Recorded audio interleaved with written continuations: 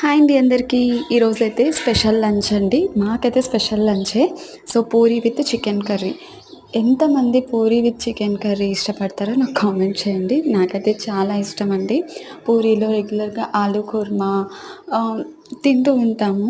అదైతే మామూలు జరుగుతూనే ఉంటుంది. కానీ పూరితో వేడి వేడి చికెన్ కర్రీ వేసుకొని లాగిస్తూ ఉంటే ఉంటుంది. ఆహా!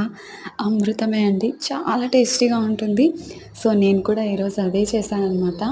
వెదర్ చాలా కూల్‌గా ఉంది గదా! వర్షాలున్నాయి కదా!